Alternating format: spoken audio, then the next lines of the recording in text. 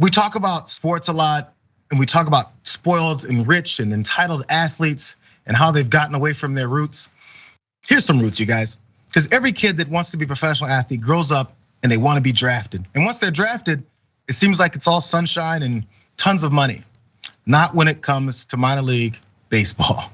And one particular catcher for the Rangers is pointing all this out. But before we get to what he has said about the things that they go through, let's look at some of the things that really happen with minor league baseball players. Let's watch. No weight room, no problem. If this ain't some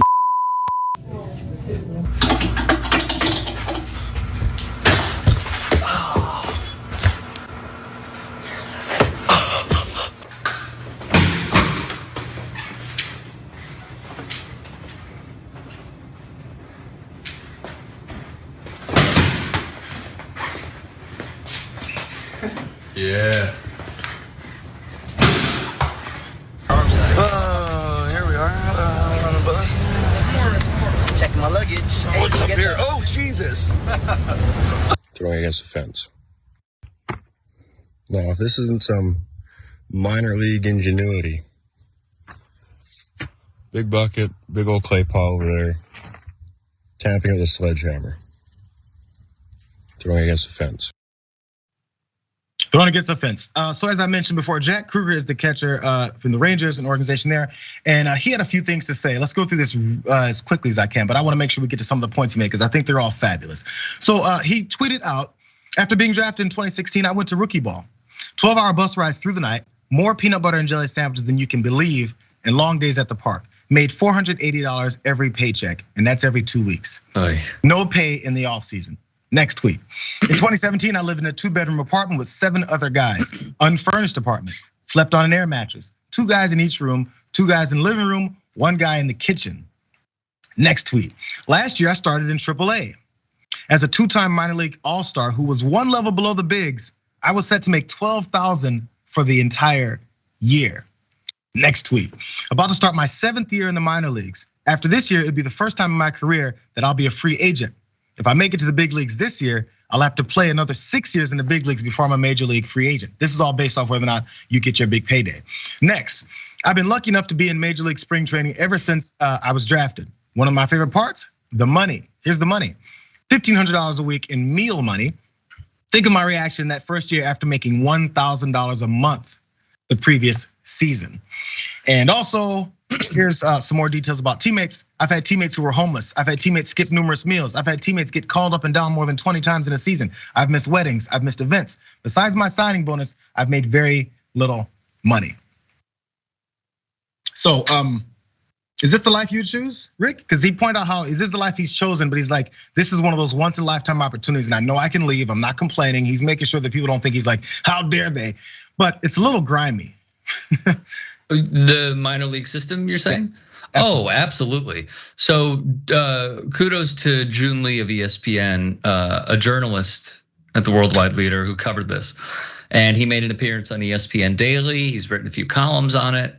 What these minor leaguers are dealing with is flat out atrocious. Now, you saw some of the living conditions, but there's something that those videos didn't show, which is the toll it takes on these professional athletes, because that's what they are. These professional athletes is mental health. So there was a one minor leaguer named Kieran Lovegrove who dealt with alcoholism, anxiety, depression, and he also tried to commit suicide.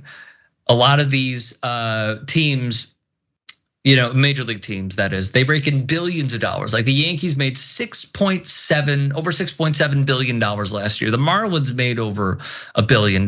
These teams are very profitable. But then they all said, you know what we're gonna do? We're gonna cut about 40 minor league teams.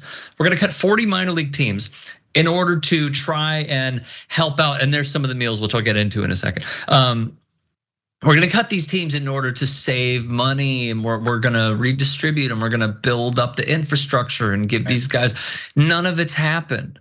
None of it. So really what it was squeezing pennies, cutting out guys. Now there are some teams when the pandemic started that said, we're gonna help them with housing. We're gonna give them a few meal stipends here and there. in the long run, it really doesn't work out because these guys, again, are professional athletes. They need to eat a certain amount of, they need to have a certain calorie intake per day. They're eating McDonald's, they're eating Taco Bell. The situations are horrendous. Guys are living out of their cars. Many of them are living in trailers. In a 3-bedroom apartment, 4 guys were living in there. Like, as you said, some are sleeping in the kitchen. So what comes into question is the Curt Flood Act of 1988, I believe, which Bill Clinton signed, where there's an antitrust exemption. It covers major leaguers, but it doesn't cover minor leaguers. So they're really given this like bad exemption. Major leaguers are given the exemption, minor leaguers are not. It's a horrible, horrible situation. But more importantly, what we're seeing is the power of the people. And many of these professional athletes banding together and shining a light on these atrocities, because if they didn't, we just simply wouldn't know. Absolutely, and then we kind of know, and it still kind of happens.